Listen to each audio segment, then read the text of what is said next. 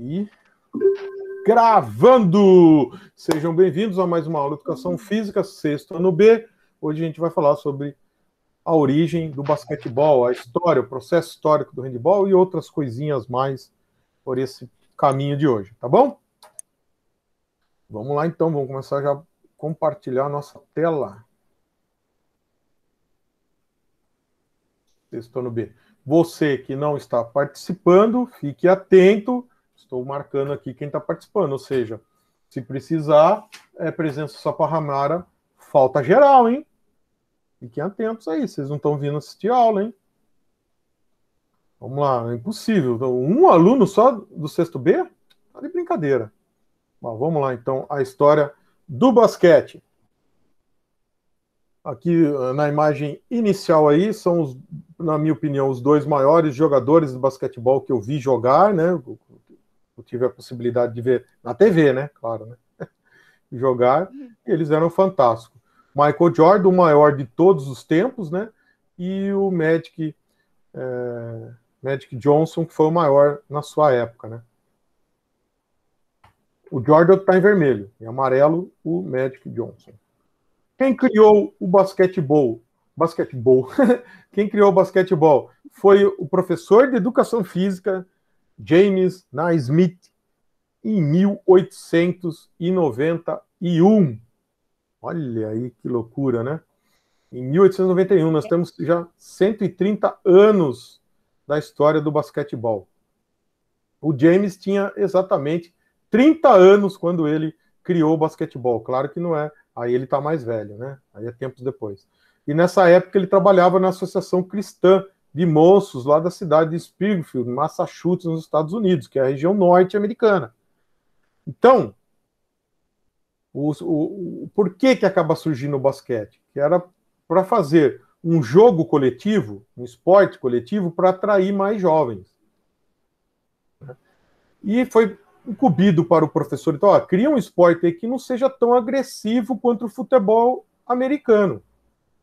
Porque a gente precisa trazer esses jovens para eles não ficarem na rua sem fazer nada, e também para fazer atividade física, e também para trazer para o ambiente cristão, por que não? Porque o que acontecia nesses locais? Quando estava no período do calor, né, no período de primavera e verão, empipocava esses locais de jovens praticando algum tipo de esporte ou atividade física. Geralmente, o que fazia mais sucesso? Os esportes coletivos, as atividades coletivas, né, que são muito mais legais, porque elas são lúdicas. As aulas que o professor já vem dando para vocês do ano passado e esse ano, vocês já entenderam o que é lúdico, prazeroso, bacana, gostoso de fazer. Então é mais gostoso você praticar atividade física todo mundo junto, correndo atrás de uma bola. Qual que é o problema? Entendeu? É muito mais prazeroso, é muito mais lúdico do que você ficar fazendo flexão de cotovelo, abdominal, agachamento, polichinelo, enfim, esses exercícios que era o que existia, que era o que dava para fazer no período de inverno. Porque não dá para você jogar naquela época, não tinha um campo de futebol americano, um campo de beisebol fechado para você poder praticar isso. Né? Então, ele foi incumbido. Tenta montar um jogo, um futuro esporte, quem sabe, que dê para jogar dentro de um lugar, de um local coberto. E ele, então, cria a ideia da bola ao cesto. Ele pega um cesto de pêssego, coloca lá 3,15 metros de altura e começa a brincadeira de arremessar a bola lá dentro. E aí as regras, como foi incumbido para ele criar um esporte que não fosse tão vigoroso, as regras, então, passam a ser contra esse tipo de contato físico. Então, é por isso que no basquetebol o cara dá um tapa na sua mão, é falta. É por isso que as regras do basquetebol, 5 falta individual, você sai do jogo. Você é desqualificado, você não pode jogar mais. Você pode ficar até lá no banco, mas você não pode jogar mais. Dependendo da falta que você faz, se for muito dura, você é expulso. Você tem que sair da quadra. E ainda é falta técnica para outra equipe. A outra equipe tem direito de arremessar 2 vezes, 2 arremessos livres, e a lateral de bola deles ainda. Eles podem fazer uma jogada de 6 pontos. 2 do lance livre, aí sai com a jogada com eles, eles arremessam da linha dos 3, se sofrer falta, tem direito a mais um lance livre. Eles podem fazer uma jogada de 8 pontos. Então, hoje, né? Hoje em dia, naquela época dava para fazer uma jogada de 4 pontos, até 4 pontos. Hoje dobrou. Então, o basquetebol ele vem se modificando e ele já foi criado para isso, para ser um esporte que não tem contato físico? Tem, mas é aquele contato físico que está presente dentro do esporte, nada mais. Então, ele não tem o mesmo contato físico que tem no futebol de campo, não tem o mesmo contato físico que tem no futebol americano, no rugby, no handball, não tem. Ele não permite isso. Então, permite mais ataques, permite mais infiltração, mais cesta, que a ideia é essa, fazer cesta. Se você ficar lá assistindo um jogo de 40 minutos, sair uma cesta, você não volta mais para assistir. Né? Você não volta mais para assistir. Então, eles criaram e vêm modificando as regras do basquetebol para isso. Aqui do lado uma imagem, já em 1899, né? Ou seja, 8 anos depois da criação do esporte, já o professor lá na Universidade do Kansas com essa equipe aqui, né? Aqui os primórdios do basquetebol. Olha só, era praticado com a meia por cima da calça, tipo uma calça, né? Olha que loucura, né? Era praticado assim o basquetebol. O primeiro jogo foi em 1892, o jogo entre duas equipes, né? Teve mais de 200 pessoas na plateia, então até que foi um sucesso. Nesse mesmo ano também as mulheres começaram a praticá-lo, que foi uma ideia da professora de educação física Senda Berson, né? Ela inseriu o basquetebol para as mulheres praticarem também. E em 1896, o basquetebol chega no Brasil, ou seja, só 8 não, né? Quantos anos? 91, 5 anos depois, o basquetebol já estava aqui no Brasil, já foi trazido para o Brasil. Né? Agora, olha que legal, que no começo do esporte, ela era praticada com uma bola parecida com a do futebol. Só em 84 que a bola de basquete, como a gente conhece hoje, foi desenvolvida por uma empresa de Massachusetts.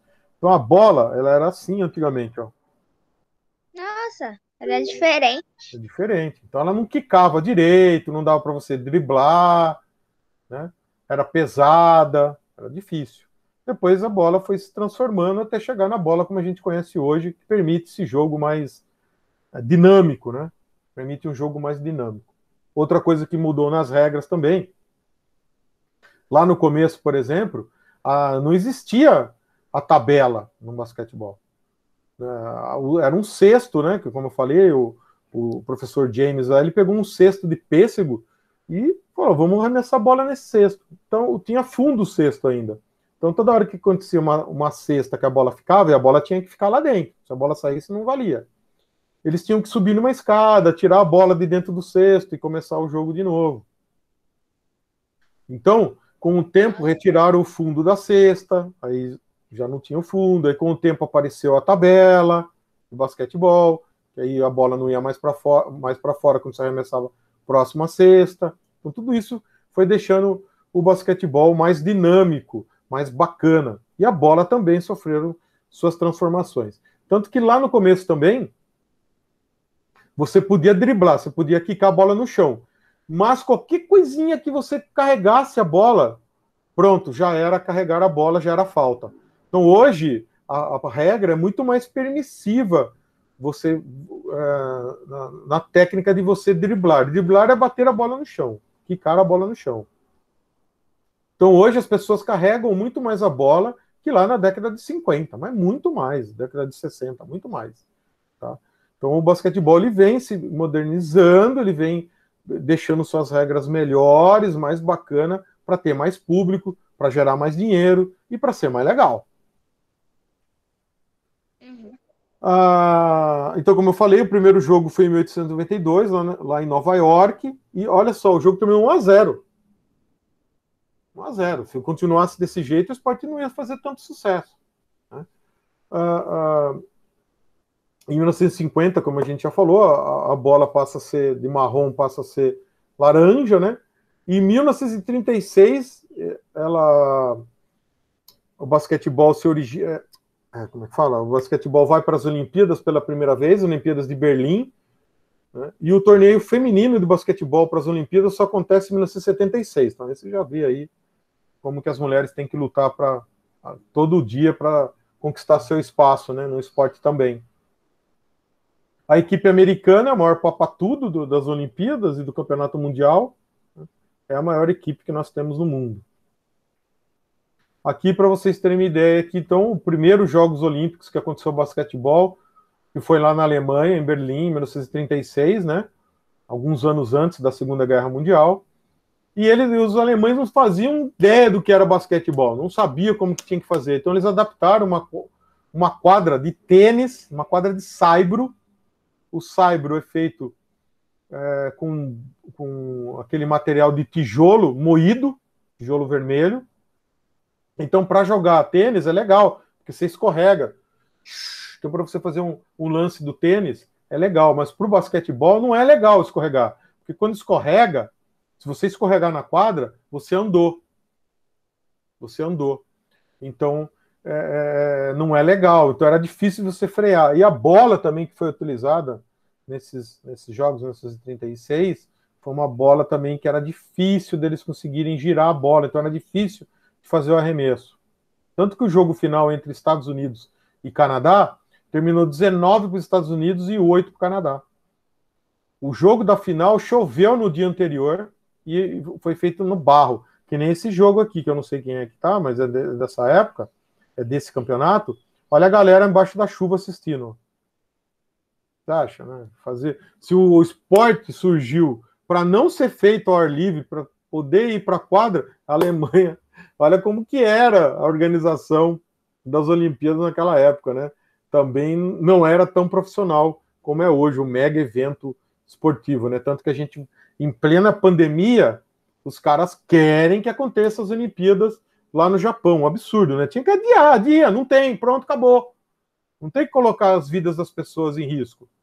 O esporte não está acima da vida humana. O esporte está junto.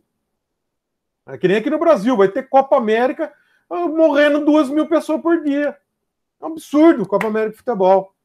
Né? Um absurdo. A primeira, a vida humana é nossa. Depois a gente pensa no esporte. Entendeu? Pratica como jogo, para a gente manutenção da saúde. Mas estamos em pandemia, professor, mas está acontecendo no Campeonato Brasileiro. Série A, B, C. Tá, mas é entre nós aqui do Brasil. É entre os jogadores brasileiros. Não é a gente que está vindo de fora, um monte de gente vindo de fora para assistir jogos, para ficar lá fora, lá torcendo para a equipe. Não é isso que está acontecendo. Esse é o problema. As equipes vão vir de fora. Argentina, Paraguai, Chile, Uruguai, Colômbia, Venezuela, Peru. Caraca. Vai acontecer aqui. É um absurdo, não é para acontecer nada disso. Não, segura, vamos sair da pandemia. A gente faz. Mas nem que seja 2 anos seguidos, pronto.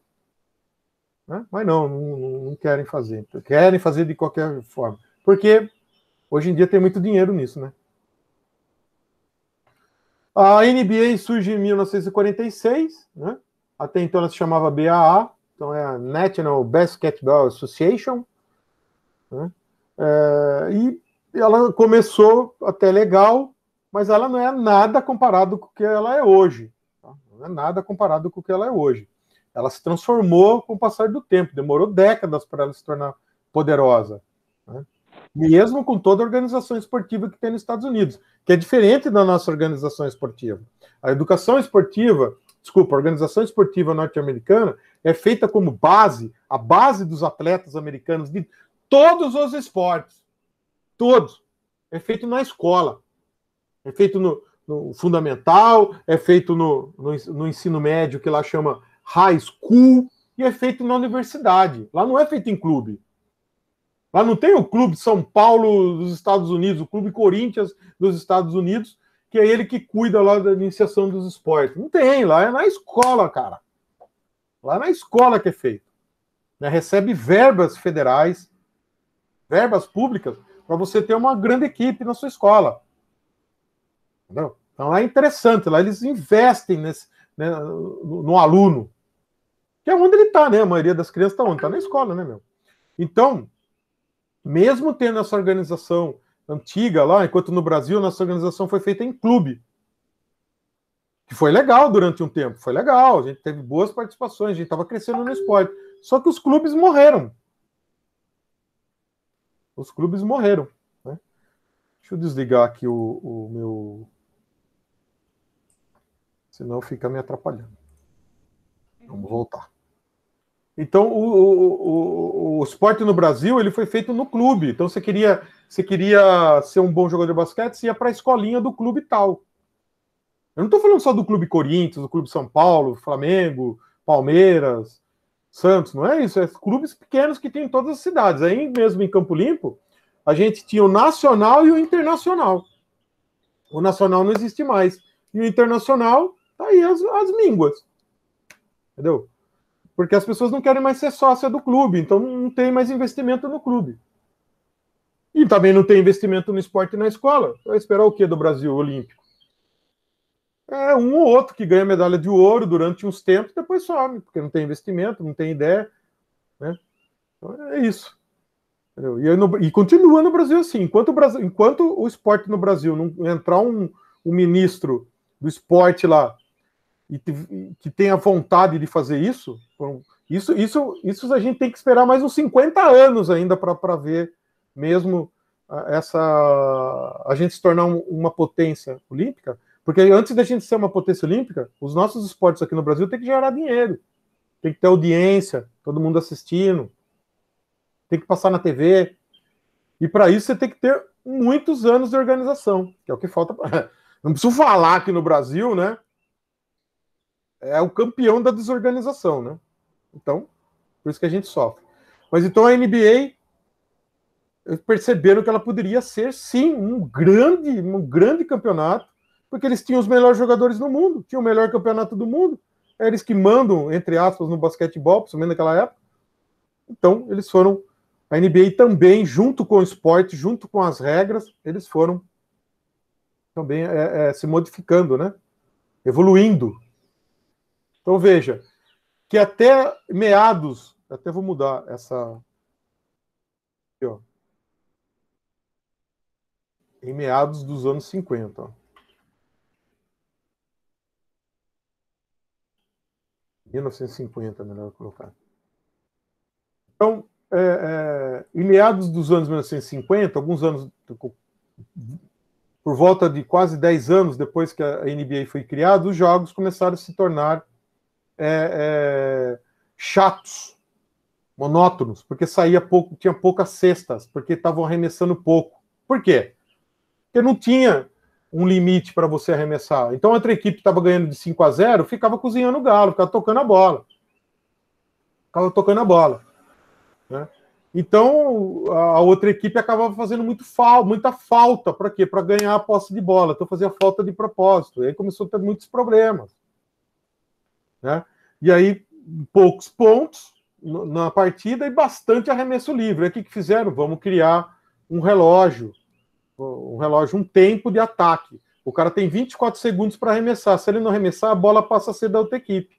E aí, de novo, começou a aparecer mais cestas, mais arremesso, e aí voltou a ser um jogo assistido de novo. Então, veja, na história a gente tem momentos que a gente vai, volta, melhora, volta, não tem problema. O que precisa é organização, que é o que os Estados Unidos têm, né? Isso aí a gente não pode negar. Os Estados Unidos é super organizado nesses aspectos, né? Então, só para vocês terem uma ideia, olha como que eram os arremessos na NBA antes do relógio de 24 segundos, que é essa tabela aqui. Veja que começa a primeira temporada da NBA com 92, quase 93 arremessos por jogo, e termina com menos de 80 arremessos, com 75 só. Então começou a ficar chato, a galera já não estava querendo mais assistir jogos, pagar ingresso. Aí, quando aparece o relógio de 24 segundos, olha como vai aumentando a quantidade de arremessos por jogo. Chega a 107, quase 108 arremessos por média no jogo. Pode ter jogo que tem quase 200 arremessos. Claro que tem jogo que tinha menos, né? Mas está aí a média. Aumentou também os lances livres, mas aí não tem problema. Aumentou o arremesso por jogo, aumentou o espetáculo. Você quer ir lá para ver cesta. É verdade. Se for lá para ver falta, para ver cotovelada, para ver chute, aí você vai assistir o Ultimate Fighter, né? Vai assistir o MMA, né? Vai assistir outra coisa. Então a NBA foi melhorando. Mesmo assim, a NBA ainda não era um sucesso. Faltava organização. Já era uma liga, mas as equipes nessa época, até 1980, estavam tendo perca de dinheiro, eles não tinham lucro. Então, eles sentaram lá e começaram a discutir o que a gente pode fazer para melhorar isso. A gente tem que transformar esse campeonato num mega campeonato, assim como é o beisebol, assim como é o futebol americano. Porque se vocês não sabem, as pessoas acham, falam assim, qual é o principal esporte americano? Você sabe, Ramaro? Não. Nem chutando? Qual é a pergunta? Qual é o principal esporte dos Estados Unidos? Você sabe? Ah, não. Eu vou falar para você. O principal esporte dos Estados Unidos é o futebol americano. Você já ouviu falar, né? Já. Aquele futebol que joga com as mãos, que arremessa, você tem que passar da linha lá de fundo, aí você faz um ponto, faz tantos pontos. Ah, sim.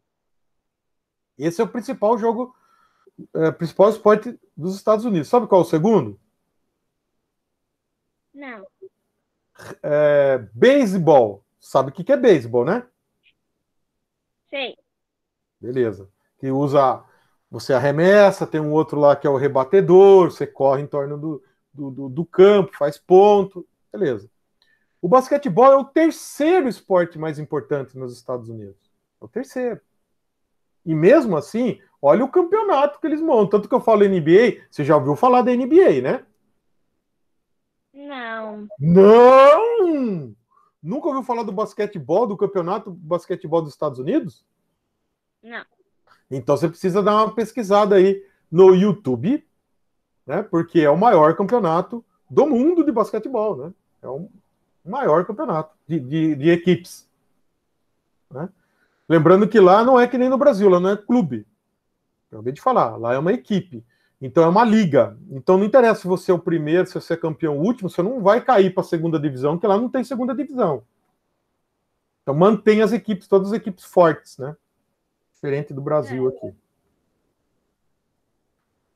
Então eu vou mostrar para você aqui uma matéria que saiu no Esporte Espetacular sobre um pouco sobre a evolução da NBA. Vamos assistir. Pra você saber um pouco mais o que é a NBA também. Surpresa pro Dia dos Namorados. Deu errado? A NBA vai voltar na próxima quinta-feira em jogos sem público e concentrados num resort da Flórida. Imagina confinar 22 times no mesmo lugar. A NBA consegue fazer isso, numa operação que pode chegar a 800 milhões de reais. Realidade bem diferente do passado, quando ela quase faliu. No último episódio de NBA A Evolução, a gente explica como uma liga praticamente quebrada se transformou num império global. Eles vêm de todos os cantos do planeta e sabem bem o que vão encontrar. Uma liga global, de excelência esportiva, que oferece dinheiro, prestígio, reconhecimento. Algo simplesmente inimaginável num passado não tão distante. Acredite, a NBA não era nada disso 40 anos atrás. No início da década de 1980, o negócio flertava com a falência. 16 das 23 equipes contabilizavam prejuízos e quadras eram povoadas por usuários de drogas. Algo tão dramático que até o início dos anos 80, jogos importantes, que valiam títulos, não passavam ao vivo nem na TV americana. Eram gravados e exibidos tarde da noite. A NBA caminhava passos largos para a irrelevância.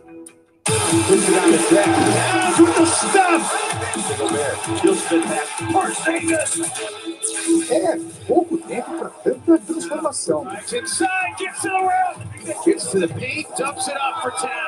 jogadores hoje são astros globais. A NBA se espalhou pelo planeta como nenhum outro esporte nos Estados Unidos. Contratos de televisão levam jogos ao vivo para mais de 200 países, em 40 idiomas. Um negócio que supera os 5 bilhões de reais. Uma liga mundial, ocupada por cidadãos do mundo.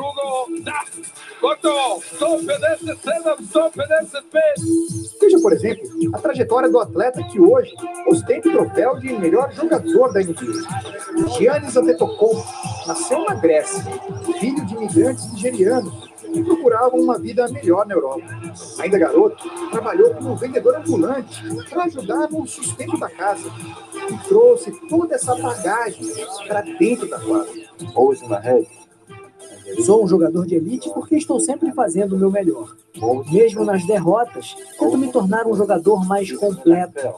O curioso é que o caminho para que gente como Giannis pudesse chegar na liga foi aberto por um baixinho que nunca fez uma cesta. David Stern assumiu como dirigente máximo da NBA em 1984 e chacoalhou tudo.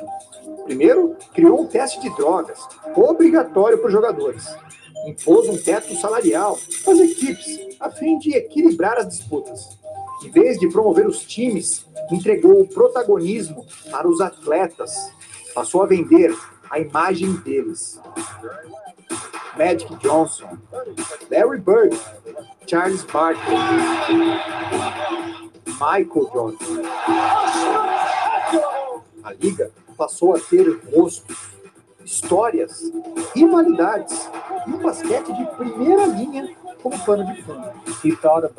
Ele pensava na NBA como um grande grupo. Antes havia uma disputa entre dirigentes e jogadores. Ele disse: precisamos apostar nos jogadores e mostrá-los para o país.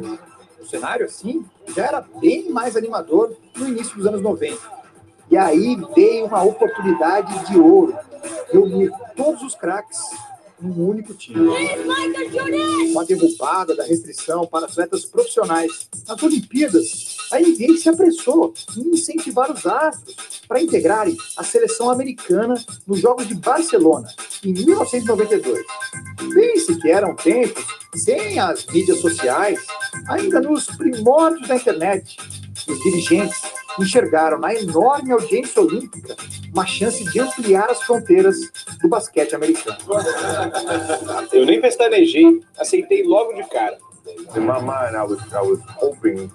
No começo, eu estava torcendo para não ser chamado, mas aí eu pensei, será que teria chance de jogar com esses caras de novo? Assim, o time dos sonhos se formou. David Stern, por trás de tudo aquilo, dizia que aquele elenco era uma mistura entre o Balé Bolshoi, a Orquestra Filarmônica e os Beatles. Se a gente perdesse, seria a maior zebra da história do esporte. Mas passou longe disso. Nos 8 jogos disputados, os americanos superaram os rivais com vantagem média de 44 pontos. Saíram com o ouro no peito e deixaram em troca imagens inesquecíveis que marcaram decisivamente quem pôde testemunhar tanto talento. O efeito foi avassalador. A NBA se expandiu como sinônimo de excelência esportiva e virou o destino prioritário para quem levava jeito com a bola laranja.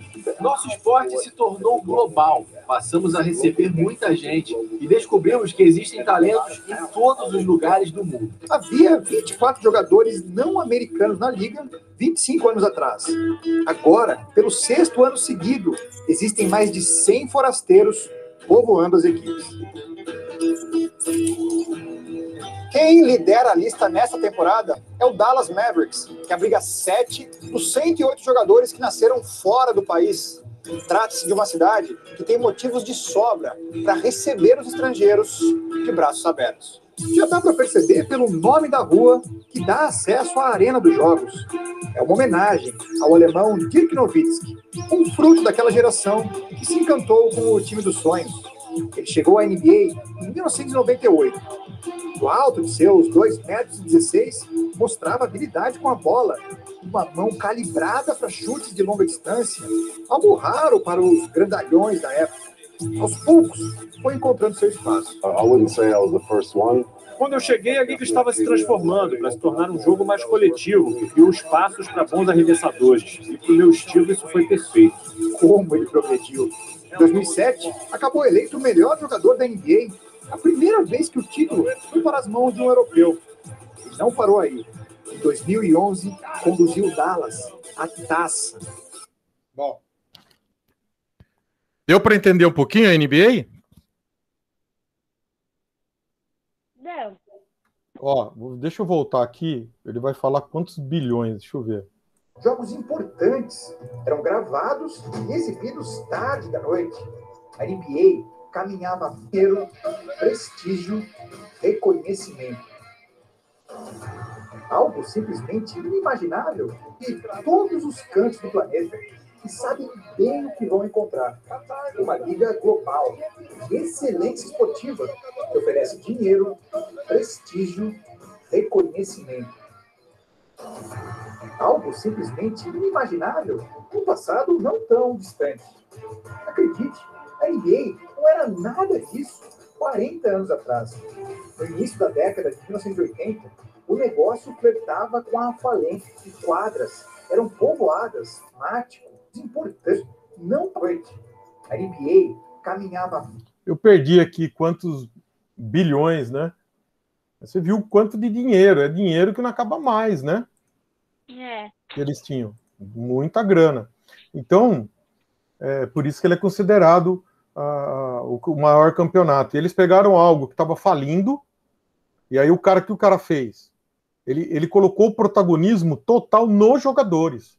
Nos jogadores. Um pouco também nos técnicos, mas principalmente no jogador. Então, vendeu a imagem, ó, nós temos os maiores jogadores do mundo. Aqui está o grande jogador da equipe X, Y, Z. Entendeu? Então, 84 ali é o período ali que está jogando Michael Jordan, está jogando Larry Bird, está jogando o Magic Johnson. São os maiores jogadores que foram para o primeiro Dream Team. Por quê? As Olimpíadas, até então, não podia jogar equipes que fossem profissionais, de qualquer equipe. Agora eles estão abrindo um pouco. Com pressão da NBA, com a grana que tem a NBA, com toda a pressão que já tinha na década de 90, eles foram falando, não, nós vamos colocar a melhor equipe. Primeiro porque a gente não está ganhando mais com a equipe nossa, a nossa equipe universitária, né? E as outras equipes do mundo estão jogando com jogadores profissionais. Por que nós não podemos jogar com jogador profissional? Nós vamos jogar sim. E aí levaram, então, o primeiro Dream Team. Eu assisti todos os jogos dos Estados Unidos. Todos os jogos foram passados na TV brasileira, pra vocês terem uma ideia. Né? O Brasil jogou contra a equipe americana, tomou um pau, né? E foi a maior equipe de todos os tempos que jogaram. Pegaram todos os principais, que naquela época era repleto de jogadores fantásticos na NBA, e aí eles foram para as Olimpíadas. O cara sacou, deixa eu fazer um Dream Team, depois o pessoal vai querer ver esse cara jogar lá na NBA, ele vai pagar para ver. Entendeu? E isso numa época que não tinha nem internet, não tinha Facebook, não tinha Orkut, não tinha nada disso. E eles conseguiram fazer uma potência que é hoje. Quer dizer, hoje é muito mais, né? Hoje eles não têm a quantidade de jogadores tão bom como eles tiveram ali na década de 80 e 90 e continuam ganhando dinheiro pra caramba. Daqui a pouco aparecem novos jogadores, porque os Estados Unidos investem mesmo no basquete lá. Né? Lá tem quadra pra tudo que tá lugar. Basquetebol. Toda escola tem sua quadra, tem basquetebol. Todas as escolas. Não. Praticamente todas as high school, todas as universidades têm um campo de futebol americano. Lá, os Estados Unidos é outro papo no investimento de esporte. É porque eles investem, eles sabem que eles vão ganhar lá na frente. Se não tiver investimento na formação do atleta, lá na frente ele não tem ganho. Porque vai chegar mão de rato, pé de rato, que nem é no Brasil que o futebol. Então chega lá na frente, o cara já não quer mais assistir. O futebol tá feio pra caramba, nem vou mais no campo assistir. Agora, você imagina se no Brasil fosse como na década de 70, 60, 50, até a década de 80, que cada equipe tinha um craque. Pô, eu queria ir no campo assistir, hoje eu não sinto mais vontade de assistir. Não vou ver espetáculo nenhum. Né? Então, eles sabem disso, eles sabem. Se não tiver bom jogador, se não tiver alguém que faça show. Se não tiver show, não tem como vender, porque ninguém quer assistir. Se não tiver regras para isso, também não tem. Se eu não organizar tudo antes, durante e depois, o negócio não dá lucro, não é vendível, não vende. Entendeu? Então, eles fizeram isso. Sacou? Eles investem mesmo nesses jogadores. Os Estados Unidos, estou falando nem da NBA, estou falando o governo americano, a ideia, a mente do esporte. Porque eles sabem, como eu acabei de falar, se eles investirem na base, na criança, no adolescente, no jovem adulto, menino e menina, ou independente do gênero, né, ele vai dar lucro lá no futuro. Vai dar lucro para a televisão, vai dar lucro para o Estado, vai dar lucro para os Estados Unidos, vai dar lucro para todo mundo. Agora, se não tiver investimento, vai vender o quê? Ninguém quer ver porcaria. Você tem um circo, entendeu? Um circo, onde você tem palhaços fantásticos, malabaristas fantásticos, um show espetacular, você paga e você volta. O circo vem de novo na cidade, você fala, vou assistir de novo o circo, porque o show lá é fantástico. Agora, você chega num circo, cair nos pedaços, ninguém sabe fazer nada, o cara vai equilibrar as coisas, cai no chão, entendeu? O palhaço tá bêbado, você não volta. Você não volta, o circo vai voltar de novo na cidade. Eu não vou lá. Tá louco, tinha pulga lá dentro. Eu não vou voltar lá, você tá doido. Agora, se o circo é bom, você volta. E a mesma coisa no esporte. Se o esporte é fantástico, se ele é um circo interessante para você, viu a jogada, ai, que gostoso que foi lá, o banheiro estava limpo, não teve briga, policiamento correto, todo mundo legalzinho, sentado e tal. No Brasil nós não temos isso, não temos organização nem no maior esporte nosso, que é o futebol de campo. Organização chula. E outra, uma organização mais ou menos só no profissional. Você desceu do profissional, Jesus amado. Né? Então é isso. Imagine no basquete. Outro esporte no Brasil que é bem organizado pra caramba, voleibol. Por quê? O voleibol, ele foi medalha de prata, também poderia ganhar de ouro, só que entraram lá achando que já ia ganhar e pegaram a medalha de prata em 84. Mas aí depois, em 92, nós conquistamos a medalha de ouro, né? no voleibol masculino. Por que aconteceu isso? Porque houve investimento. A Confederação Brasileira de Vôlei falou, a gente tem que investir, temos que fazer várias escolinhas, pegar o dinheiro que a gente ganha e investir na escolinha. Vamos fazer um projeto a longo prazo. E fizeram um projeto a longo prazo que a gente vem colhendo frutos até hoje, tanto com o masculino como com o feminino. No basquetebol foi diferente. Nós tivemos anos de gerações espetaculares no basquetebol, tanto masculino como feminino, que a gente já vai ver. E, de repente, no final da década ali de 90, meados ali dos anos 1990, nós tivemos, não apareceu mais grandes jogadores espetaculares, uma grande seleção que tentasse disputar de igual para igual com a América Latina e com outras equipes do mundo, né? Difícil jogar contra os Estados Unidos, né? Porque aí eles são difíceis para o mundo inteiro mesmo. Mas com o resto do mundo a gente jogava de igual para igual. Vamos pro pau com Rússia, com a antiga União Soviética, né? Com Lituânia, com todo mundo. Por quê? Porque faltou investimento, teve um monte de coisa aí, jogador, ex-jogador, acusando a confederação de corrupção e tal. Eu já não sei o que rola lá dentro, não conheço, não posso falar nada. Mas má administração tá na cara que teve. Né? Não teve investimento. Né? Aqui o clube serve para dar dinheiro para os presidentes e não para o clube, essa é a grande verdade. Entendeu? O clube, o cara entra de um jeito e sai mais rico. Né? Então aí o esporte começa a morrer também, e o brasileiro não acorda para isso. O nosso Brasil, a própria parte política não acordou para isso, para pressionar. Não, pode parar disso aí, meu. Senão é importante, não precisa ter esporte, porque se só dão problema, não dá lucro. Né? Precisa dar lucro, precisa ter investimento, não pode quebrar assim. É um monte de empregos que se perdem. Por exemplo, o Palmeiras falir. Cara, é um puta vida. Deixou de um monte de emprego, enfim. Então nós temos esse problema no Brasil. Né? Nós temos os principais jogadores, a gente já volta a falar sobre isso, os principais jogadores de basquetebol da história, aqui o Michael Jordan, que eu considero o maior jogador de todos os tempos, né, sem sombra de dúvida nenhuma. Eu vi ele jogar na TV, claro, e vi os outros jogarem, não chegam nem perto. Não chega nem perto. Jogam bem pra caramba? Joga. Temos grandes jogadores jogando hoje, que podem ser considerados grandes jogadores da história do basquete, sim. Mas o Jordan foi o Pelé do basquetebol, né? Ele dominou, né? Arrebentava todo mundo, essa que é a verdade. Era muito superior, muito. Fantástico, né? Nós temos outros grandes jogadores também no Hall da Fama. Michael Jordan, Magic Johnson, Kareem Abdul-Jabbar, o Chamberlain, Larry Bird, Shaquille O'Neal, Allen Iverson, Yao Ming, que era lá da China, Uri Batan Machado do Brasil, Hortência Marcari do Brasil, Oscar Smith do Brasil, que é o Mão Santa, né? Kobe Bryant. Nós temos também aí grandes jogadores de basquete, não são só um, o maior de todos, Michael Jordan. No Brasil, como você já percebeu, eu já falei, o basquete chega em 1896, né? Ele chegou na Associação Atlética do Clube Mackenzie, né? Colégio também, né? Mas é do Clube Mackenzie.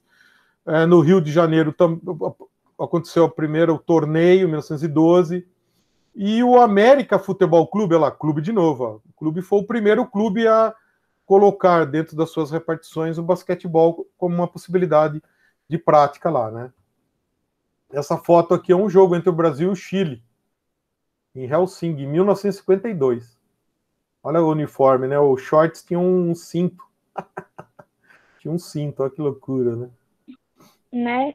E era shortinho curto, depois passou a ser, agora é bermuda, né?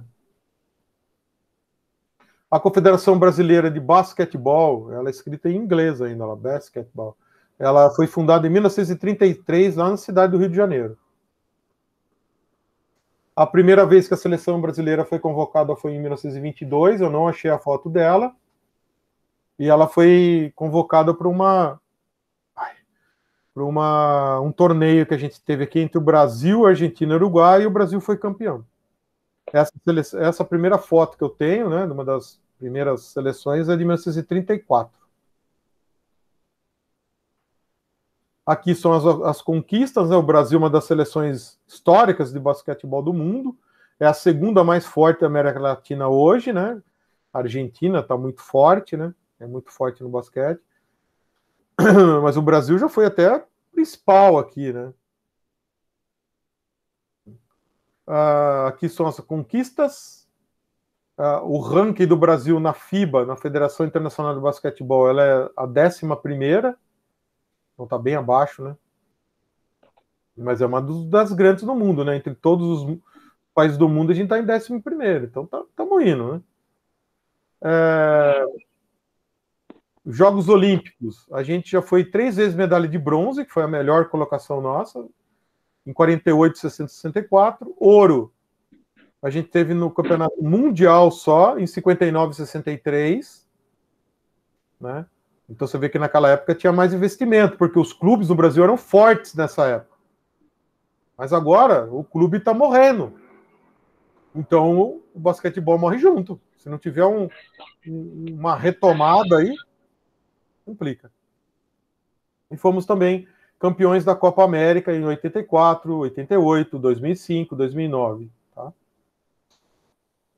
O maior jogador brasileiro de todos os tempos é o Mão Santa, tanto que ele está até lá no Hall da Fama do basquetebol, nos Estados Unidos.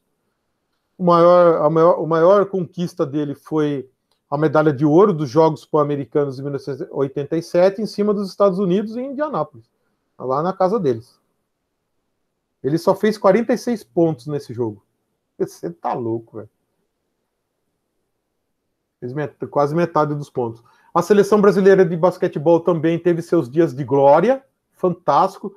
Na década de 70, 80 e 90, o Brasil só se desenvolveu no basquetebol feminino. Ainda tem um basquetebol feminino forte, mas sumiu. Antigamente você colocava na Bandeirantes, nessa época, de final de semana, domingo, tinha um jogo lá da equipe, estava rolando o Campeonato Brasileiro Feminino de Basquetebol. Hoje em dia, quando você vê rapidinho, é na TV TV tem, de vez em quando fala lá, o basquetebol de Sorocaba ganhou de não sei quem, de Itu. E as equipes daquela época também sumiram tudo. Minercal, tinha aqui a equipe aqui de Jundiaí, né? Tinha a equipe Sorocaba, tinha a equipe em Piracicaba, né? A Paula, que foi uma das grandes jogadoras do mundo, jogava aqui em Jundiaí. Esqueci agora o nome da equipe de Jundiaí. Como é que chamava? Divino, jogava aqui no Divino. Então você vê, era fantástico, era uma potência. Hoje, qual é a equipe de basquetebol de Jundiaí? O Divino tá aí? Tá disputando? Então, tá vendo? Então, morreu. Né? Porque precisa investimento, a federação precisa ir lá, pegar todo o dinheiro que ganha e investir, para aparecer novos atletas, cada vez ficar mais forte, para ter mais dinheiro no futuro. Porque no Brasil ninguém pensa nessas coisas. É tudo no aqui, no agora, né? É verdade. Mas nós tivemos grandes conquistas. Então, ó, campeão mundial em 1994, com essa geração mega campeã do basquetebol brasileiro. Aí tinha duas grandes jogadoras, que é essas duas aqui do meio, aqui, ó. A Hortência, que é a rainha do basquetebol, e a Paula, né? Ainda tinha a Janete, tinha a Branca, tinha a Alessandra, ainda tinha outras fantásticas, né? Aí nós fomos prata em 1996, nas Olimpíadas de Atlanta.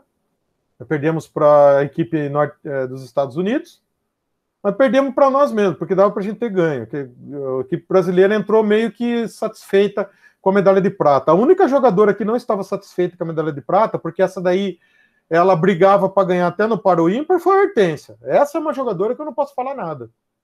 Né? As outras tentaram e tal, mas não jogaram com a mesma gana. Né? A Hortência, se ela jogasse ping-pong, ela queria ser campeã. Né? Ela tinha isso daí com ela. Não gostava de perder em momento algum. Ela só gostava de ganhar. Né? Uma péssima perdedora. Uma ótima vencedora. Digamos assim. Né? Então, tá aí. Equipe prata. Mas valeu. Prata nos Jogos Olímpicos, no basquete, é um feito fantástico da nossa equipe. Aqui são as conquistas, né? Então, a melhor conquista nas Olimpíadas foi a prata. Isso que o Brasil só conseguiu participar dos Jogos Olímpicos 20 anos depois, quase 20 anos depois que o basquetebol estava nas Olimpíadas, porque é difícil. Você tem que conquistar a sua vaga, né? E o basquetebol feminino está em 15º lugar hoje no ranking da FIBA, a Federação Internacional de Basquetebol.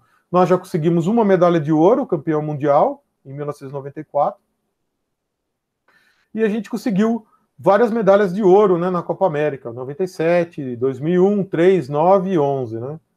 E a última vez que a gente participou aí, a gente foi bronze em 2019. Então vamos ver aí essa nova geração. Essas aqui são as principais cestinhas jogadoras, né? Cestinhas no Brasil, né? Jogando pelo Brasil. Então a gente tem a Hortência, e tem que ser ela mesmo, né? Porque ela era ala, né? Então tem que ter muito, muito ponto mesmo. Porque ela que é para arremessar, né? Mesmo assim, a gente tem a Paula também, como a segunda maior cestinha, e aí temos essas outras, né? A Janete, foi fantástica também, a Ellen, a Marta e a Alessandra, né? Você vê, a Alessandra jogou, né? Já foi medalha de prata. Né? Marta também. Então, olha a equipe que a gente tinha aí, fantástica no passado, né? Certo? É isso. Espero que você tenha gostado aí da aula do professor. Espero que você tenha entendido um pouco do processo histórico do basquetebol, né? De como ele começou lá, super, né? Assim, como posso dizer, super arcaico, né? Com uma cesta de pêssego. Não tinha tabela, a bola era uma porqueira, não dava para pingar nada, só dava para passar, eles tinham que só passar a bola.